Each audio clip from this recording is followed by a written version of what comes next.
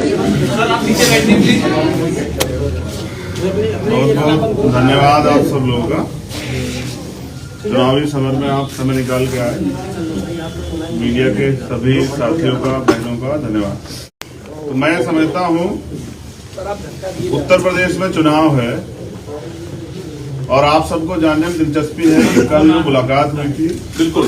उसके बाद हम लोग गठबंधन में कितनी सीटों पे जा रहे हैं, कहां से लड़ने वाले हैं, ये सब चीजें आपके मन में। मैं भी 2 दिन से मीडिया के लोगों से बात नहीं कर रहा था क्योंकि मैं भी अपनी चीजों को फाइनलाइज कर रहा था। क्योंकि आदमी जितना आदमी बड़ी बड़ी बातें करता है या कुछ भी कहता है, उन बातों पे उसका टिका रहना बहुत जरूरी होता है। तो मैं उतना ही बोलता हूँ जितना मेरे अंदर हिम्मत होती है, उससे फालतू नहीं बोलता हूँ। मैं समझता हूँ कि 6 महीने पहले से हमने भी ये प्रयास किया था कि बहुजन समाज 85% बहुजन समाज इकट्ठा हो, जिसके लिए हमने अखिलेश जी पे भरोसा किया कि वो इस आंदोलन को आगे बढ़ाएंगे। और 6 महीने से लगातार हमारी मुलाकातें भी हुई, सकारात्मक बातें। हमारे जो मुद्दे थे, क्योंकि आप जिसके साथ गठबंधन में जा रहे हैं, क्योंकि सरकार बनने के बाद वो तानाशाही हो जाता है और पिछला कुछ इस तरह का कार्यकाल भी एक लंबा समय का रहा है। तो जो मुद्दे थे जैसे प्रमोशन रिजर्वेशन का मामला, सामाजिक न्याय का मामला, बैकलॉग का मामला, सब पे बात हुई। मुस्लिम साथियों को भी उन्होंने 18-19% आरक्षण देने की बात की थी। सब चीजें बात होने के बावजूद मैं समझता हूं कि सब चीजें, क्योंकि घोषणा करना और उन पर खड़े रहना, मुझे जवाब देना है समाज को। 2 अप्रैल के मुकदमे सरकार ने लगाए, इस सरकार को रोकने का हमने तमाम तरह से प्रयास किया और इसलिए से 2 दिन से मैं यहाँ हूं। 1 महीना 10 दिन से हमारी बातचीत चली और अंत तक पहुंची, क्योंकि पिछले 9 साल से लगातार हम बहुजन समाज के लोगों को इकट्ठा करने का काम कर रहे हैं। बड़ी मुश्किल से हम अपने लोगों के अंदर रीढ़ की हड्डी पैदा कर पाए। उनका विश्वास टूट गया था कि भाई वो आगे नहीं बढ़ पाएंगे, क्योंकि जब हमारे आंदोलन की विचारधारा बदली, जो पिछला आंदोलन था, तो तकलीफ हुई। अच्छा, इस विषय में ये भी याद दिला दूं कि आज बहन जी का जन्मदिन है, तो माननीय बहन जी को भी जो है जन्मदिन की हार्दिक बधाई। वो दीर्घायु हो, स्वस्थ रहें और उनके लंबी उम्र की मैं कामना करता हूं तथागत खुद से। भरपूर प्रयास किए गए क्योंकि हमारे लोगों का एक भरोसा है। पिछली बार जो अखिलेश जी की सरकार में हुआ, उनको ये डर है कि अगर हमारा लीडर वहां नहीं होगा तो कल जो सरकार बन जाएगी हमारे लोगों के वोट से, तो मुझे नहीं लगता कि उनपे सारे मुद्दों पे बात हो पाए, क्योंकि जो उनकी पार्टी से शेड्यूल कास्ट के लीडर जीत के जाएंगे या नहीं भी जाएंगे, वो बेचारे अपने राष्ट्रीय अध्यक्ष के प्रति खिलाफ नहीं हो सकते। पूरी जिम्मेदारी से 2 दिन यहाँ रहने के बाद, सारी पार्टी कार्यकर्ता बात करने के बाद, सारी चीजों को छोड़ के हमने तय किया कि बीजेपी को रोकना है, किसी भी कीमत पर रोकना है। हम लोग बीजेपी को सत्ता में नहीं आने देंगे, क्योंकि मैं निर्दोष होते 16 महीने जेल में रहा, 100 से ज्यादा मुकदमे। आज भी आप देख लो कि प्रेस को नहीं करने दे रहे हैं। मुख्यमंत्री खुद प्रेस करते हैं, प्रधानमंत्री मास्क उतार के घूमते हैं सारे में। तो बीजेपी ने जो 69,000 शिक्षक भर्ती घोटाले के, इन सबको रोकने के लिए हमने एक कदम बढ़ाया। सकारात्मक रही सब चीजें, लेकिन अंत समय में मुझे लगा कि अखिलेश जी को दलितों की जरूरत नहीं है। वो इस गठबंधन में दलित नेताओं को, दलित लीडरशिप को नहीं चाहते। वो चाहते हैं कि उनको दलित वोट करें, लेकिन मेरा डर ये था कि अगर दलित उनको वोट कर देंगे तो कल जो उनके ऊपर एक आरोप पिछली सरकारों में भी रहा, क्योंकि माननीय काशीराम साहब को मैं नेता मानता हूं, उन्होंने भरोसा करके नेताजी को मुख्यमंत्री बनाया, फिर क्या हुआ आपके सामने। इसी डर को समाज के अंदर डर था। सारे बुद्धिजीवियों ने, हमने खुद में भी चर्चा की, सब लोगों ने कहा कि आप खुल के बात कीजिए कि कल ऐसा तो नहीं कि सरकार जाने के बाद, सरकार बनने के बाद जो है हम अपने विषय पे बात ही ना कर पाए, दलितों के साथ फिर वो शोषण हो, घर जलाए जाए, उनकी जमीन कब्ज जाए, उनको पीटा जाए, उनको सताया जाए, महिलाओं के रेप हो, हाथरस जैसे कांड हो। और 2 दिन में निराशा हुई कि 1 महीना 10 दिन के बाद उन्होंने कल अपमानित किया। ये दुखद। अपमानित किया आपको? ये बहुजन समाज के लोगों का उन्होंने अपमान किया है। किसने सर? अखिलेश यादव ने। मुझे ये भरोसा था कि वो भी 85% बहुजन समाज के लोगों को इकट्ठा करने का प्रयास करेंगे, क्योंकि हम सब लोग भाजपा को रोकने का प्रयास कर रहे थे। मैं समझता कि यहाँ पीठ के दर्द के बाद भी 2 दिन से हूँ कि किसी तरह से बात सकारात्मक हो जाए, लेकिन कल आने के बाद उन्होंने कहा था कि मैं शाम तक बताता हूँ, उनका जवाब अभी तक नहीं।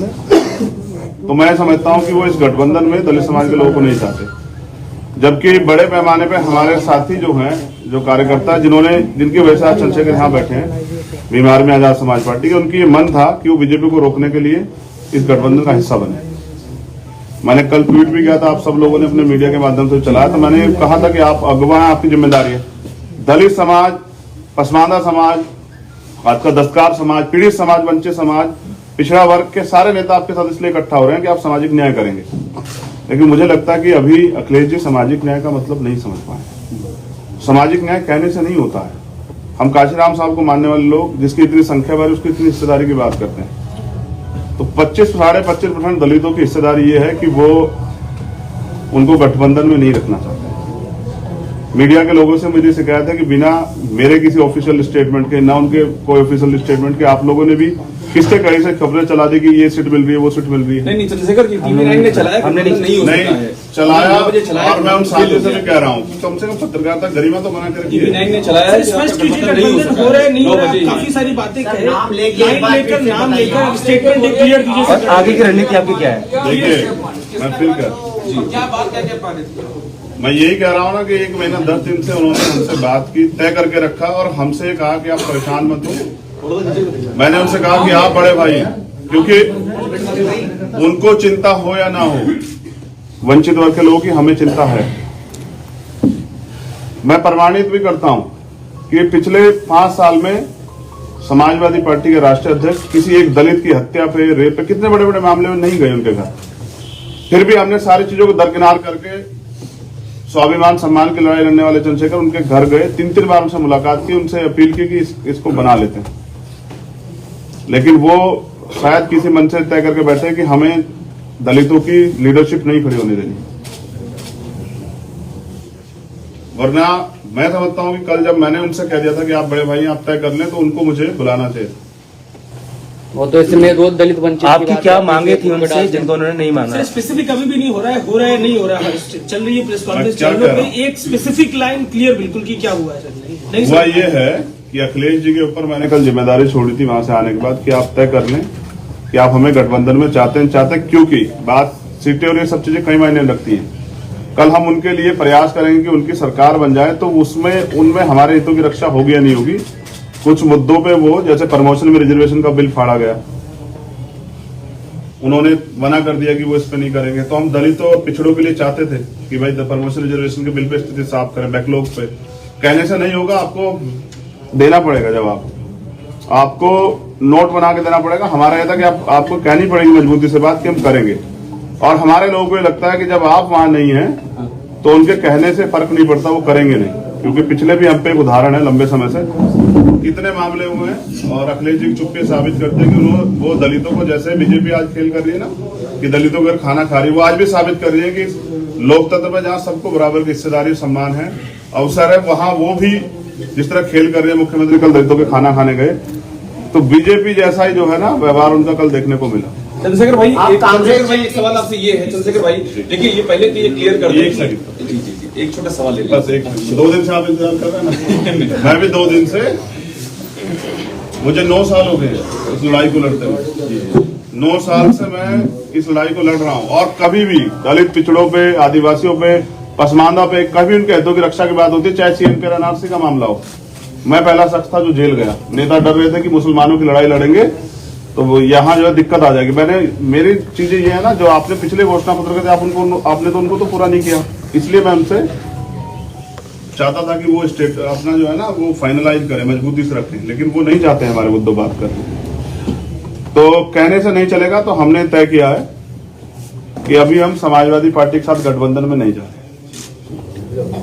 अब हम, क्योंकि हमारे कार्यकर्ता जिन्होंने पिछले 6 साल से उत्तर प्रदेश में लड़ाई लड़ी है, घर घर जाके लोगों को तैयार किया है, बीजेपी के से हमने लाठियां खाई हैं, हमने मुकदमे झेले हैं, बीजेपी के खिलाफ जो है हम लोग लड़े हैं उत्तर प्रदेश में। सीएनपी और एनआरसी का मामला हो, चाहे वो 69 शिक्षक भर्ती का मामला हो, हम सड़कों पे लड़े हैं। तो मैं समझता हूं कि अपने लोगों के हितों की रक्षा में स्वयं करनी पड़ेगी। मैं 25% दलितों के स्वाभिमान की रक्षा करने के लिए हूं, उनको मैं अपमानित करने के लिए। मैं तो माननीय काशीराम साहब को नेता मानता हूं ना, उनको राष्ट्रपति बनाने का अवसर मिला, बीजेपी ने कहा बना देंगे, उन्होंने छोड़ दिया। मेरी लड़ाई विधायक एमपी बनने की नहीं, लड़ाई सामाजिक न्याय की है। मैंने कल उनके पाले में छोड़ी थी, उनका जवाब लिया। मैं मानता हूं कि वो दलितों का नेतृत्व और दलितों की हितों के मुद्दों पे बात नहीं करना चाहते। मुझे भी उम्मीद है कि मेरे बाद हो सकता है वो स्टेटमेंट देके हम ये करेंगे, लेकिन हमने तो सबके देखे। प्रधानमंत्री भी कहते 2 करोड़ रोजगार देंगे, प्रधानमंत्री भी कहेंगे जो है 15-15 लाख देंगे, ये करेंगे वो करेंगे, लेकिन देश बेच दिया। तो बीजेपी को सत्ता से रोकने के लिए मैं चाहता था कि एक लार्जर अलायंस बन जाए, क्योंकि अगर विपक्ष में थोड़ा सा बिखरा होगा उसका फायदा बीजेपी को होगा। इसलिए मैं 2 दिन से यहाँ अब क्या करेंगे आगे? दलित समाज के लोग, वंचित वर्ग के लोग, बहुजन समाज के लोग अपने हितों की रक्षा के लिए अपनी लड़ाई स्वयं लड़ेंगे। मैं समझता था अखिलेश जी दूरदृष्टि है, वो समझते होंगे कि लड़ाई आज की नहीं है, उत्तर प्रदेश से केंद्र का रास्ता तय होगा। लेकिन पिछली बार जिस तरह से माननीय काशीराम साहब के साथ धोखा हुआ कि उन्होंने माननीय नेताजी को मुख्यमंत्री बनाया और वो फिर ठगे से रहे कि मैं इनका वजूद बना के जो है ना अपने लोगों को कमजोर नहीं कर सकता हूं, उनके हितों की रक्षा के लिए चुप नहीं रह सकता हूं। मैं सरकार में इसलिए नहीं शामिल होना चाहता कि अभी तो सरकार बनी भी नहीं है कि मैं अपने लोगों की हत्याओं पर, तमाम तरह की समस्याओं पर चुप हो जाऊं। मैं नौजवानों की बेरोजगारी के मामले चुप हो जाऊं, ये मुझसे नहीं होगा। अकेले लड़ेंगे क्या? सवाल आपसे ये है, अपने दम पे लड़ेंगे कितनी सीटों और प्रयास करेंगे जो अभी बिखरा विपक्ष है उसको एकजुट करें। अगर वो नहीं होगा तो अपने दम पे लड़ेंगे। चंद्रशेखर भाई एक सवाल आपसे ये है मेरा, कांग्रेस मायावती मैं फिर कह दूं आपसे, मैंने माननीय बहन जी सबसे पहले प्रयास किया, वो हमारी नेता बड़ी है कि उनके साथ एक गठबंधन है। मैंने खूब प्रयास किया। मैं स्वाभिमान सम्मान की लड़ाई लड़ता हूं, उसके लिए मैं तमाम मुकदमे, जेल, सब चीजें देखी, तिहाड़ भी 2 बार गया, लेकिन मैंने हमेशा प्रयास किया कि एकजुटता बनी रहे। मैंने बहन जी से प्रयास किया, उन्होंने कोई इस पे सहमति नहीं की। मैंने भैया से प्रयास किया, मैंने उनको बड़ा भाई माना, क्योंकि मुझे पता कि शायद उनको कुछ ना हो, लेकिन अगर सरकार बीजेपी की आ जाती तो अगले 5 साल में जो दलितों को, मुसलमानों को, पिछड़ों को, आदिवासियों को और सब समाज को जो झेलना पड़ा और जो पिछले 5 साल में झेलना पड़ा, कहीं मैं उसका हिस्सेदार ना बन जाऊं। चंद्रशेखर भाई पर सवाल ये है कि आखिर वजह क्या रही? क्योंकि देखिए हम ये खबर लगातार चला रहे, गठबंधन नहीं हो सका, टीवी नहीं, आपको 12:30 बजे मिलेंगे। लेकिन ये बताइए कि आप उनसे पूछिए कि कद बड़ा हो रहा है, इसलिए आपका कद बड़ा हो जाएगा, इसलिए नहीं गठबंधन किया क्या? मेरा कद, मैं समझिए ना, मैं व्यक्तिगत तो लड़ाई लड़ ही रहा हूँ, मेरे कद की क्या है? अच्छा, क्या मैं, आप तो पूरे देश प्रदेश का मेरा काम जानते हैं, 23 प्रदेशों में हमारा संगठन है। मैं तो बिहार तक चुनाव लड़के आपने दम पे, तो मैं क्या उत्तर प्रदेश में नहीं लड़ सकता हूं? लेकिन मेरा प्रयास ये था, क्योंकि मैं नहीं चाहता कल किसी दलित का, की बच्ची का, किसी मुस्लिम समाज की बच्ची का, किसी अन्य धार्मिक अल्पसंख्यक समाज समझ, किसी स्वर्ण समाज की बच्ची का भी रेप, हत्या हो। हमने देखा ना उन्नाव क्या हुआ, हमने देखा ना हाथरस क्या हुआ। इस बीजेपी को रोकने के लिए मैंने अपना स्वाभिमान दांव पे लगा दिया, जबकि मेरे वर्कर नहीं चाहते थे, वो चाहते थे कि हम अपने हितों की लड़ाई स्वयं लड़े। रावण साहब, मेरा एक सवाल आपसे ये है कि आप दूसरे असदुद्दीन ओवैसी हो गए हैं, क्योंकि ओवैसी के साथ भी कोई गठबंधन नहीं कर रहा है, आपको भी कोई अपने प्लेटफॉर्म पे नहीं लाना चाह रहा है। देखिए मैं क्या कह रहा हूँ, जब कोई अपने हितों के लिए लड़ता है ना तो वो उसको फिर कुछ ना कुछ तो सहना पड़ता। देखिए मैं सत्ता की, मेरी लड़ाई सत्ता कभी थी नहीं, ओवैसी के साथ सत्ता का सहारा लेके व्यवस्था परिवर्तन की लड़ाई थी। सत्ता को मैंने, जब सत्ता की बात चल रही थी ना, लोग चुनाव तैयारी कर रहे थे, तो मैं आंदोलन लड़ रहा था 2 तारीख को, 2 जनवरी को भोपाल में, जो पिछड़े वर्ग के हितों की रक्षा के लिए उनका आरक्षण जब खत्म किया गया तो सरकार के खिलाफ लड़ रहा था। अभी आपने सर एक महत्वपूर्ण बात, विपक्ष को एकजुट करेंगे, तो वो कौन लोग होंगे जिनको आप एकजुट करेंगे? मेरा प्रयास रहेगा, मैं सभी लोगों नाम लेके बताइए सर, नाम लेके। क्या कह रहा हूँ, अब आप अगर आप ये भी सोचते हैं ना कि मुझसे तो नाम लेने की उम्मीद करते हैं, आप जाके उनसे पूछेगा कि आपने ऐसा क्यों किया। जब आप पूछेंगे तो मैं पर्सनली आपको नाम लेके बताऊंगा। मेरा काम है कि जो बटा हुआ विपक्ष है वो एकजुट, और मैं इसके लिए 2 दिन और प्रयास करूंगा पूरी जिम्मेदारी से। नहीं होगा तो भीम आर्मी के लोग, आजाद समाज पार्टी को अपने दम पे चुनाव लड़ेंगे। और गलत ये है ना कि मैं आपको अगर बुला के 10 बजे कि पीसी 10 बजे है और आपको 12 बजे तक इंतजार कराऊं तो आपका काम बाधित होगा। मुझे ऐसा लगता है मेरे साथ यही हुआ कि पिछले 2 महीने से हमसे कहा गया कि आप जो है ना हमारे साथ मिलकर वो करेंगे। हमारा प्रयास था, हमारा समाज चाहता था कि बीजेपी से किस तरह से छुटकारा मिले, और हम लड़े 5 साल। किसी का मामला हो, उन्नाव का हो, हाथरस का हो, जौनपुर का हो, 4 दलितों की हत्या की जाती, कभी कोई व्यक्ति नहीं जाता है। प्रयागराज में 4 दलितों के सामने उसकी माँ और बच्ची के साथ हत्या होती है। आपने कुछ सीटों की मांग की थी क्या अखिलेश जी से? बात हिस्सेदारी की है, जिसकी इतनी संख्या बारी उसकी इतनी हिस्सेदारी। आपको 3 सीटें, चंद्रशेखर भाई आपको 3 सीटें दे रहे थे, हमारी जानकारी है, और उसमें 2 सीटें कह रहे थे आप उनके सिंबल पे लड़िए। तो मैं क्या कह रहा हूँ, ये आप उनसे पूछेगा कि दे रहे थे या नहीं दे रहे थे। आजाद भाई, TV9 का आजाद भाई TV9 का आखिरी सवाल ये है कि आप किसको अप्रोच करेंगे, प्रियंका जी को, बहन जी को, या फिर अगर बात नहीं बनती तो अकेले कितनी सीटों पर लड़ेंगे? मैंने कहा कि मैंने हमेशा प्रयास किया, लेकिन लड़ाई जो है ना यहाँ इस प्रदेश में महिला सुरक्षा की है। ये लड़ाई इस प्रदेश में हक अधिकार की है, लड़ाई इस देश में बुनियादी है, मुद्दों की राजनीति है। मैं धर्म और उसकी राजनीति में नहीं जाता हूँ कभी। लड़ाई मुद्दों की राजनीति और मुद्दों पे बात नहीं होती। तो प्रियंका जी के साथ जाएंगे। महत्वाकांक्षाएं बहुत बड़ी हो गई है, ऐसी चर्चा पॉलिटिकल करते हुए तमाम जिस तरह से आपने स्टैंड रखा है, सपा के लीडरों का भी स्टैंड है, क्या कब ये राजनीति पर पहुंचे जो हमारे दी जा रही है?